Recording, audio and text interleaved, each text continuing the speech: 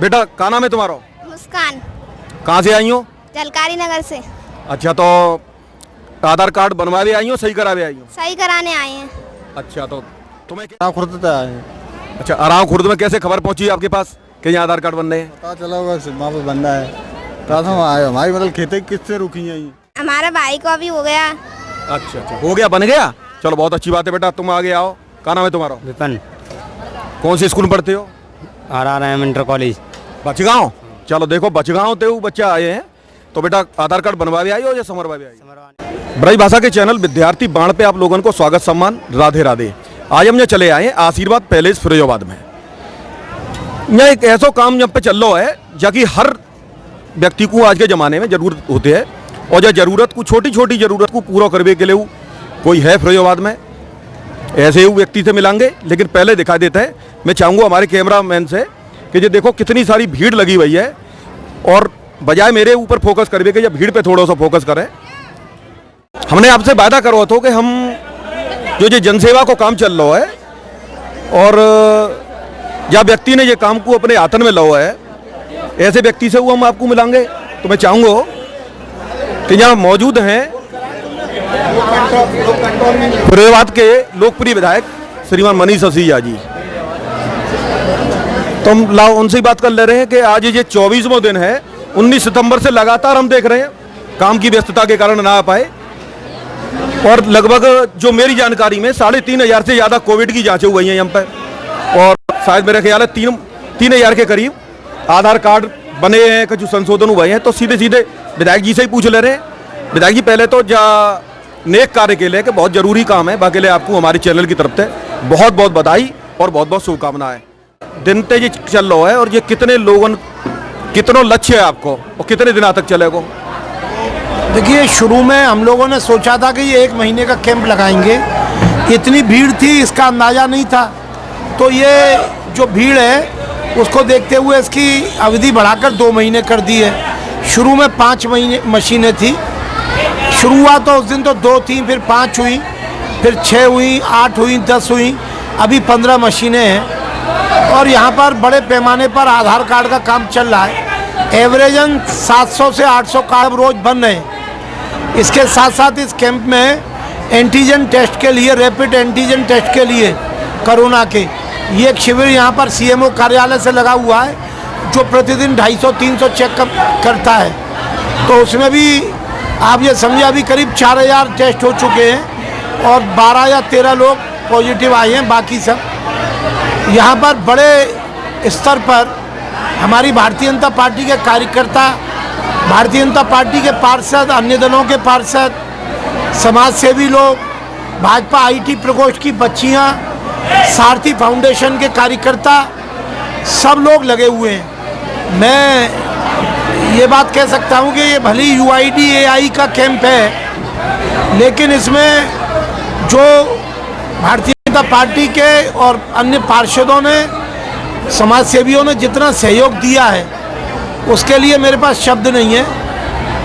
रोजाना लगभग हम 750 कूपन बांटते हैं, फिर भी लोग वापस जाते हैं। पर हम एक बात महसूस कर रहे हैं कि लोग इतनी तकलीफ के बाद भी अपना धैर्य रखे हुए हैं, और कोशिश ये हम कर रहे हैं कि ये कैंप लगातार 2 महीने चले, फिर कोई कमी होगी तो और इसको आगे बढ़ाएंगे।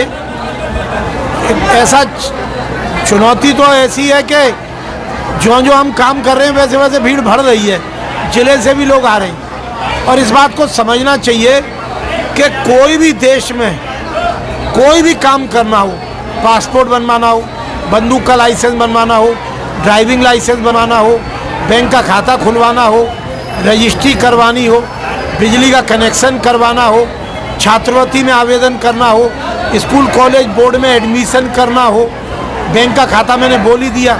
जितने सोशल सेक्टर की स्कीम है, सोशल सेक्टर की स्कीम माने विधवा पेंशन है, वृद्धावस्था पेंशन है, आपकी दिव्यांग पेंशन है, गरीब बेटियों की शादी के लिए कार्ड है, किसान सम्मान निधि है, भवन संनिर्माण में श्रमिकों के लिए है, ESI में रजिस्ट्रेशन है।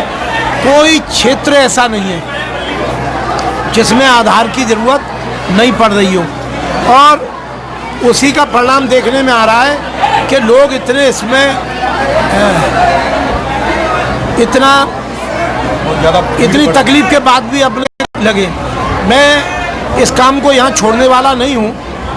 ये केंद्र सरकार में भी मैंने ये बात लिखित पहुँचाई है। जो हाल बात का है वो सभी काफ़ी दिनों से लोग परेशान थे। कभी डाकखाने में, बैंक में जाते थे तो 2 महीने की तारीख दे दी, 3 महीने की तारीख दे दी और उसके बाद गए तो छुट्टी हो गई।